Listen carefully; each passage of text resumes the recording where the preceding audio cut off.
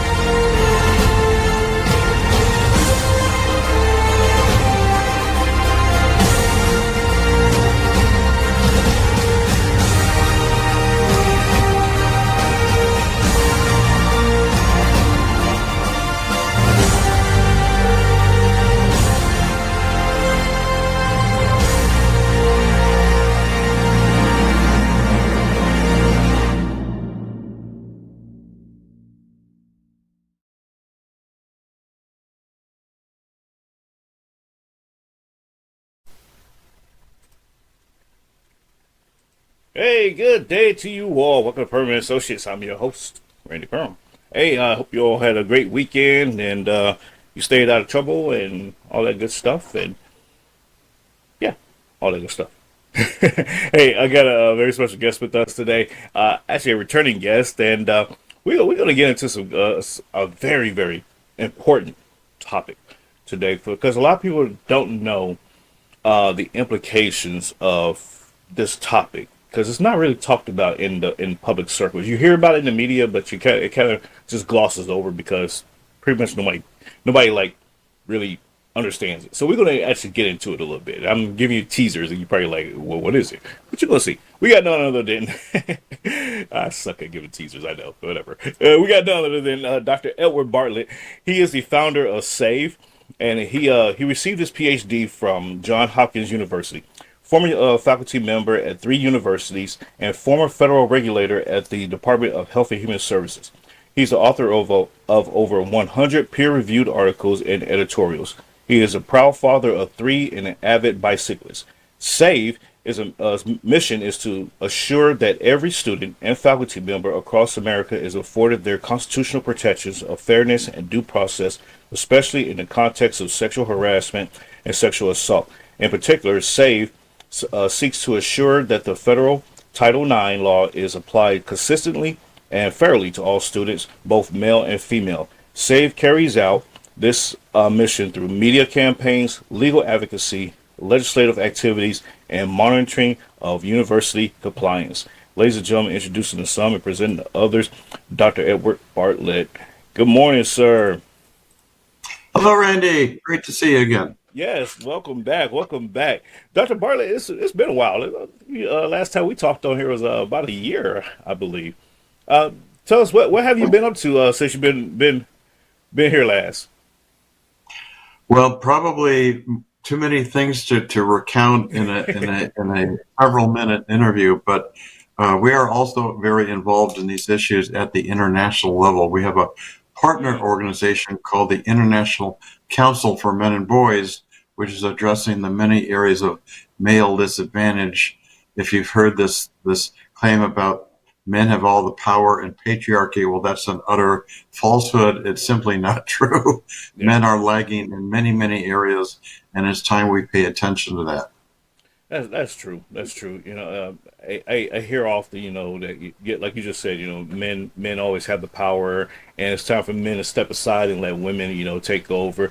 And that I I kind of sit on the fence with that. It's like okay, I get it. Women want to, they want to be seen and heard and take up the, come into the corporate space, if you will, and be on the forefront of things. And okay, I get it, but it also comes to a point where it's like there's some kind of like discrimination going on at the same time. It's like, hey, yeah, I'm just as qualified for this job too. Why are you discriminating against me just so you can have this job? So I see it, but it's one of those things like, do we allow it so they can still have that opportunity as well? And it's like I said, it's one of those things that I sit on the fence about. You know, it's the same thing with in terms of like affirmative action when it was first being applied. It was like, okay, we gotta allow some discrimination to allow this group to be able to get into the space a little bit type of thing. It was like one of those weird nuances, I guess you could say. So, Right. yeah, I And don't know. of course, you're referring to DEI, and Yeah. if I can just Hmm. comment on that for a minute. So, Yeah, please. persons who know their history books know that in the 1960s, Chairman Mao launched the Chinese Cultural Revolution, Hmm. going, in particular, going after the schools and universities. And the focus of the Chinese Revolution was to purge all remnants of capitalism and all remnants of traditionalism from Chinese society. Well, Hmm. that was in the 1960s. Guess what? We have our own cultural revolution going on in the United States, thanks to our good friend, former President Joseph Biden. He also launched a cultural revolution that targeted a lot at the schools. The hallmarks of his cultural revolution were DEI, transgenderism, and illegal immigrants. So Hmm. we are facing a critical and a historical time in our society that is really comparable to the Chinese Cultural Revolution. Hmm. That is an excellent comparison, and I love that because you're absolutely right. And I see the parallels there too, Doctor.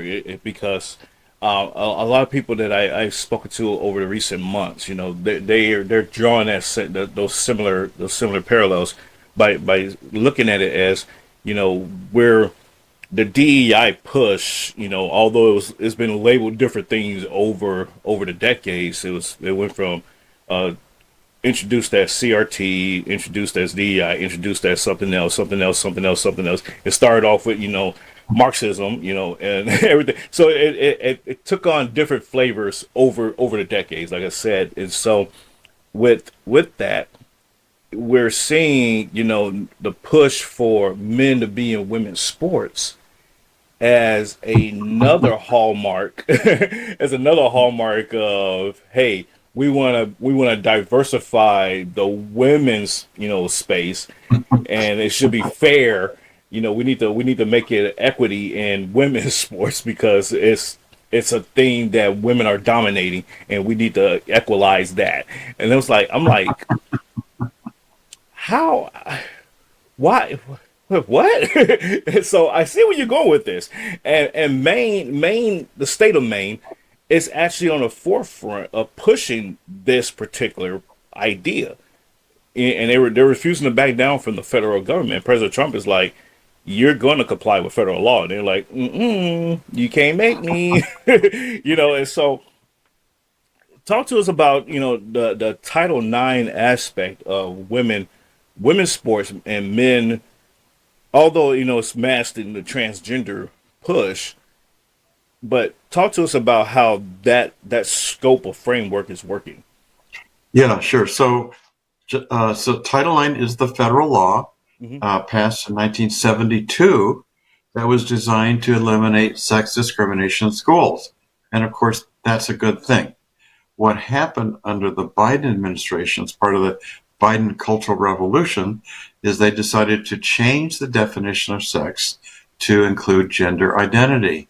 Well, there's no real definition for gender identity. It's whatever you happen to feel that particular day or that particular morning, and you can change your gender, at you know at, on a whim. So this truly is a cultural revolution when you're changing the definition of sex, because so much in our Yeah. society is based on the understanding and of the basic meaning of male and female, not including the biological research on male and female, but it also underpins the nuclear family. It Hmm. underpins fairness in sports. So, what better way to launch your cultural revolution than to simply declare there is no such thing as biological sex? It's only gender identity. So, our good friend Janet Mills, the governor of the state of Maine, picked up this. this executive order from President Trump that said, "Thou shalt not um, use." Well, there were two executive orders. One was just generally said gender equality is a false concept, and you uh, and voided that Title IX regulation that Biden had put in Mm-hmm. place. But then in a second executive order said that specifically biological men could not compete against biological women, even in the name of transgenderism. So, under Title IX, if a school refuses to follow Title IX, the government can remove all of its funding, all of its Department of Education funding to that school. Well, that's exactly the issue now in Maine. Uh, Janet Mills decided that, heck, we're just going to ignore the Trump administration and we're going to ignore biological science. We're just going to say it's okay for biological men to compete Yeah. in women's volleyball and track and field and so forth and so on. Well, of course, this is utter insanity because, either you believe in science or you don't. But anyway, Yeah. she obviously doesn't believe in science. Yeah, and wouldn't there be legal implications for, or I should say, legal liabilities on for the state or administrators in this arena, proverbially speaking, that if in the event that there is an injury that occurs at the hands of a male playing in a sport against a female and the female gets injured, would there be some kind of leak? Can parents bring suit, to that school or to that administrator for allowing these things to happen in violation of Title IX? Could that occur? Yeah, I mean, yes, in theory, Okay. and and I think everybody's heard about the female volleyball player who was hit by a spiked Hmm. ball Hmm. that was spiked by a male opponent, and it not only knocked her down, it apparently caused brain damage to her. But I'm not aware of any actual lawsuits about these cases, based on physical damages. But there have been many lawsuits just about the principle of allowing biological males in women's sports. In many states around the country, these issues are being battled literally as we speak. Some of these cases have been referred to the Supreme Court. It really is an evolving legal story, but bottom line is 75 to 80% of Americans, when you do an opinion poll, the vast majority of Americans are saying this is utter nonsense. Yeah. Biological males should not be competing in women's sports. End of discussion, right? Right. Right. And it is a literally a 80-20 you know polling thing issue, but for some weird, and it probably goes back to what we were just discussing with the cultural push to shift under some kind of revolution of some sort. Maybe this is a gender revolution, like we've seen, in Europe with the color revolutions. Maybe this is some kind of gender revolution, of some sort. I don't know, but there's some kind of nefarious push going on that we're just not exactly, we don't have a full firm grasp on yet. But with your organization, Save, have have you guys and gals have y'all gone around and like traveled the country and examined like the various instances of Title IX violations with not only the workspace but schools, I guess you could say administrative office spaces and stuff like that? And what have y'all done to kind of like mitigate or expose, or however it is that you guys, what do y'all do with that? Sure. Well, Save It, we are a policy organization, Okay. and we also do a lot of efforts in terms of the media to alert the American populace about these issues. Uh, Several years ago, about 5 years ago, we established what's called the Title IX Network, which now consists of over 200 organizations. Some are national organizations, some are state or local. But the Title IX network meets periodically by Zoom call and discusses what are the latest developments in this cultural war that we're facing right now, and how do we continue our successes. We have won the battle at the federal level. There's no doubt about that. In January, a judge in Kentucky overturned this Title IX regulation, issued what's called a vacatur decision, saying nationwide this regulation no longer has any force or effect. That was early January, and then there was President Trump's executive orders that had basically had the same message. So we won the battle at the federal level, at the national level, but the battle is still being waged at the local levels, school by school, school district by school district.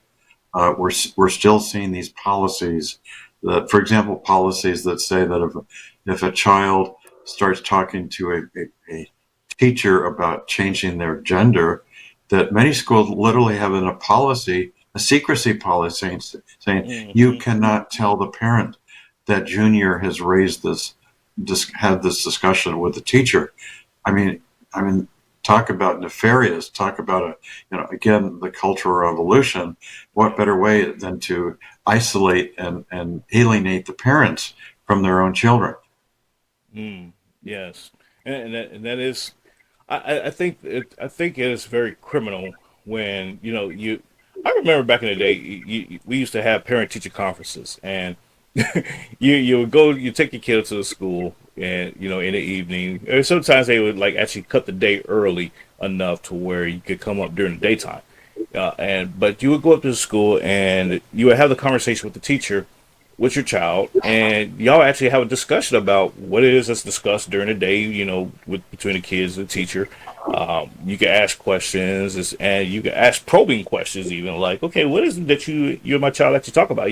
Because they seem to take like they like really fond of you, and they always come home and say, they talk about you all the time, and so you kind of like get that opportunity to kind of like build a relationship, right then and there with that teacher. You don't see that or hear about that anymore. I have my kids are now grown and gone, but I just cannot recall in the last 10, 15 years when they were in school, or even my grandchildren, of any parent teacher conferences going on. I just don't hear about it anymore. So I don't know.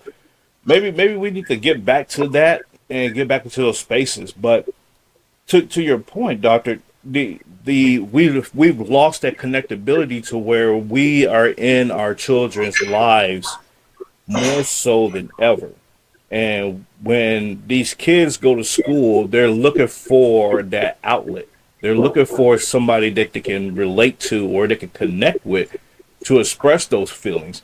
And the teacher is now that confidant, that they have. And so it's no wonder. It's no wonder that, they don't have to tell the parents, that their child is trying to transition and all this stuff. It's not a wonder. It's not right. And the parents, the teacher should be, obligated to let the parent know, say, hey, nudge, nudge, nod, nod. Hey, your kid is acting a little weird. You might want to get that, get them checked out. There should be that, but they're being encouraged not to, and that to me is not right. And I want to ask you, Dr. Bartlett, does have your organization been encouraged to get into that space of working with like Riley Gaines in that regard of getting into like defending women and women in the women versus boy space? Yeah, a number of the members of our Title IX network are female-oriented organizations like the Independent Women's Forum, Okay. and several others. So yes, very much so. I've met Riley Gaines, and obviously she's a passionate advocate for this issue, and we need passionate advocates. As we know, the Chinese Revolution targeted the schools most of all, and there's a good reason for that. If you can influence and indoctrinate the youth in a certain ideology, you've basically created a new blueprint for the whole of society over the years. So again, it's no surprise the Biden administration targeted Title IX, the law that's designed for schools. And, that's where the battle is taking place. Kids who are 10, 12 years old, they don't have the mental faculties to challenge a teacher that's waving LGBT flags around and talking about your gender identity. Right, and when I remember vaguely when the conversation came up in the media about uh, President Biden was trying to change the stipulations behind Title IX and everything else, and I kind of I kind of dismissed it because I was like, well, he can't just arbitrarily change Title IX. It has to go through Congress, and I just dismissed it. I just didn't, and then I heard later on that the Supreme Court struck it down, and I was like, "See," and I just didn't think nothing else of it, And so I believe we talked around that time frame, and we kind of got into that a little bit. So it just one like I was saying at the top of the hour that this is one of those conversations that just doesn't make it to the public, conversation space because it's just not discussed. People don't really actually get into what Title IX is, what it, what the purpose of it is, and all of that. So it kind of get glossed Well, over. it's such a mind-boggling concept to say, hey, we're going to indoc- indoctrinate our school children Right. into a Yes. Marxist ideology about Yes. transgenderism, and let me emphasize this idea, this ideology does go back to Karl Marx, who was not only concerned about economic differences of society, he wanted to eliminate all social differences, including social differences of biological sex. So it's not an exaggeration to say, oh, this is an outgrowth of Marxist ideology. It truly is. Hmm. Yes. It's fascinating too because for those who have not read Das Kapital, it's a fascinating read. You gotta pick it up, and it's just like, man, this dude was on something. Whatever he was smoking, well, it must be some high quality stuff. But Doctor, it's interesting because say, let me back up real quick because I know people are probably like, okay, that's an acronym, because it's in capital letters, SAVE, and that is stop abuse of violent environments. Did I get that right? That's great. Stop abusive and violent environments. Yes. And yes, and that's the organization. And ladies and gentlemen, also for those that are listening, the listening audience, the website is www.saveservices.org, and you can go there and check out the website there and saveservices.org, and you can peruse the website there and get a plethora of information. I don't know who your webmaster is, but I know they are tired because it is a lot. There's a lot of information on that website. I was like, wow, there's a lot of stuff on there. And talk to us about because you have like a men's on the website. As I was looking through it, you have a section for women's advocacy on different things and men's advocacy. And at first, when it jumps out, and you even mentioned it. It's more so you have an international network, also more so focused on, I should say, about men's protecting men, and I love that idea because we do need to be protected. Believe it or not, ladies and gentlemen, we get abused too. We just try to be macho and not talk about all that. But Doctor, talk to us about that. Because there is that misconception out there that men just don't get abused in the workspace. We get abused. so so explain what's going on there.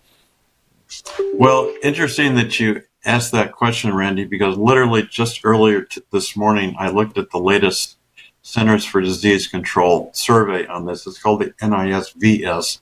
I won't tell you what those letters stand for, but it's a long acronym, Mm. NISVS.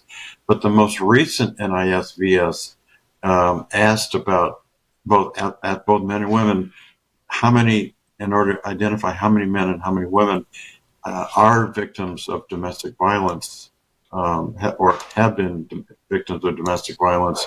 And it turns out the number of male victims there's, I believe, 6.5 million male victims of domestic violence compared to Hmm. 5.6 million female victims. In other words, about 1 million more male victims each year than female victims. So, and yes, so it's really important that we not allow the feminist narrative to take over on this issue, because domestic violence against men is really a big issue. Yeah, it is. It is. And something just popped in my head, and I'm being funny, but I'm being serious at the same time. For a transgender or a guy that's trying to transition to a female, if they are beaten up, what category would they be under as far as for domestic violence? Would they be? Don't answer Uh, that. I'm just wondering. you know, we're adding to the list of gender identities. So anyway, but Randy, I wanted to thank you for this interview. It's Yes, been a great discussion. I absolutely. hope we can continue this in the future. But yeah, these issues are very present, are really a threat to our Yes, it society, is. a threat It to our is. families, a threat to, our culture, what it means to be American. So I'm Yes, delighted we had this conversation. absolutely, doctor. And please, before you go, tell people where they can follow you and support you, sir. SaveServices.org, SaveServices.org. Visit our website, and we continually update the information. All right. Thank you so much, doctor. Be safe. God bless you. It was great seeing you again. And have fun and thank you for what you're doing out there for us. Thank you much. Stay Absolutely. safe. Be You too. well. You too. Thank you again. Be safe. Take care. Ladies and gentlemen, that was the Dr. Edward Bartlett. Hey, listen, folks. On a serious note, SaveServices.org. Go out there and check out the website and support the cause. They're doing great things. While you're sleeping and slumbering at night, you can you these people in that organization, they're fighting for your rights, advocating on your behalf.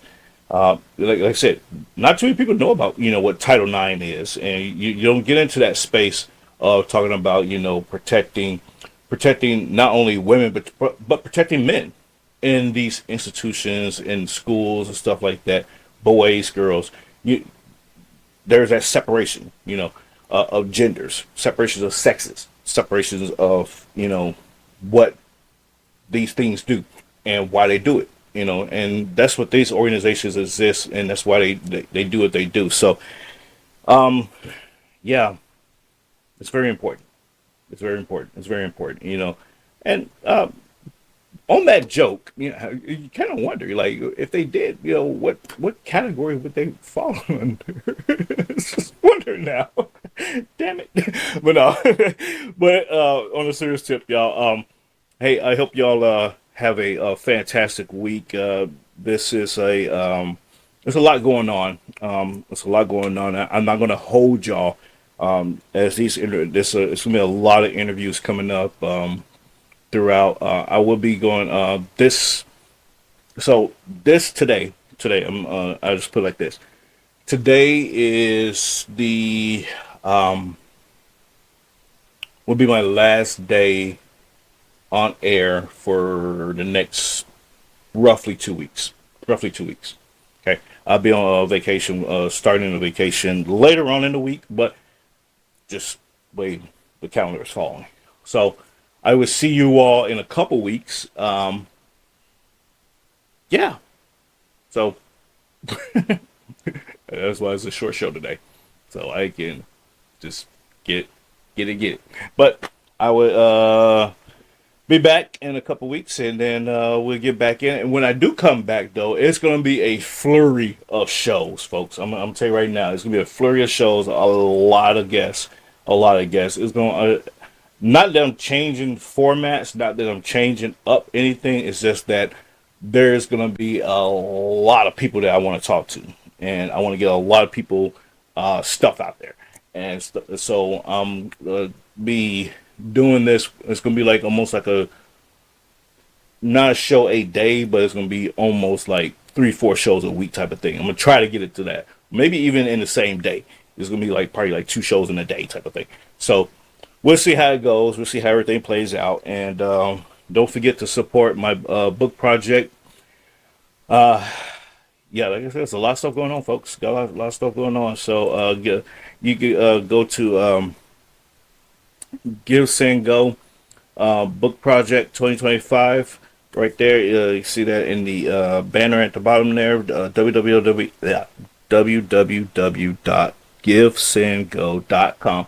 Book Project 2025. I am working on a second book, and I am going through the editing process right now. It is under contract right now to get published later in the year, if not early next year. But we're working at that finite details, depending on logistics and all that good stuff. So, but help support the cause there, and I appreciate you. And other than that, you can also support the show as always. Of course, our Purham for US. And like I said, 2 weeks. I'm be on vacation out the net. Well, it's not 2 weeks exactly. It's a week and a half ish. But by the time I come back, it'll be 2 weeks. But anywho, all right, folks. I'll get up out of here. I will catch you all soon. Be safe. God bless you all. And ciao, ciao. And yeah, holla. Ladies and gentlemen, thanks for tuning in today. Please be sure to follow, like, subscribe, and share, and go to rprim.com for more information. See you all soon. Take care. God bless.